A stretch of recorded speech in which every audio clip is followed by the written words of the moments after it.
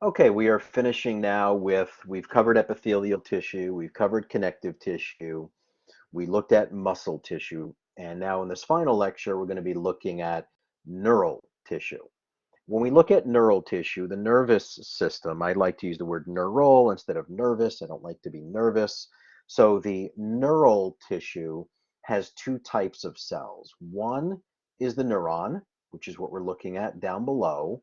And the second type of cell are what we called neuroglial cells. Neuroglial cells.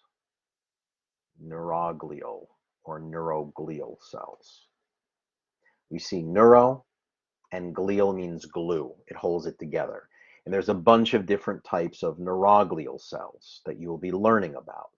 There's ependymal cells, Schwann cells, oligodendrocytes, astrocytes, microglial cells, bunch of them. But the only one that's electrically excitable is the one down below called the neuron. The neuron is the only one that is electrically excitable.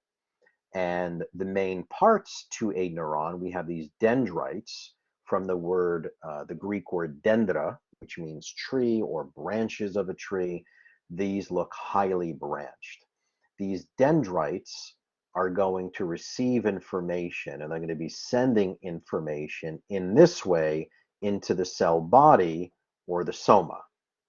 The cell body or the soma. Right in the center, of course, there's a nucleus, just like most cells have a nucleus.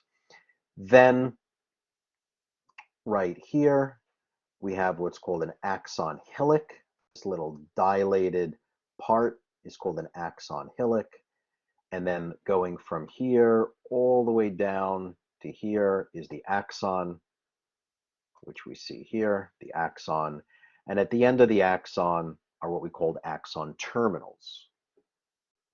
At the very end, at these axon terminals, these axons can connect with something. So let's connect it with something that we're going to be seeing when we cover muscles coming up shortly. So let's say here is the end plate of muscle. Let's just call this muscle right here. Somehow this axon terminal has to send a message to the muscle and tell it to contract. How's it going to do that? When we cover muscles, we're going to cover what we call the neuromuscular junction. The NMJ, or the neuromuscular junction, is right there, right? It's that gap or that space between the axon terminal and the muscle. But something pretty magical is going to happen there, are these chemical messengers are going to be sent from the axon terminal into the muscle, and that is called a neurotransmitter. A neurotransmitter is going to do that. The neurotransmitter that deals with the neuromuscular junction is called acetylcholine, ACH, acetylcholine. We'll talk about that in much more detail when we cover muscular physiology in another week. Now, notice that the axon right here is covered with myelin. Myelin is like fat, it's cholesterol, and it's produced by neuroglial cells, a type of neuroglial cell called a Schwann cell. Schwann.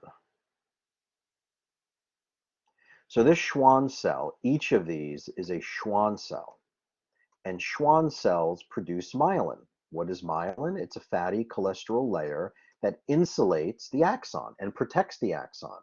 And it speeds up, it really does speed up the action potentials or the electrical impulse that's going from the cell body all the way to the end.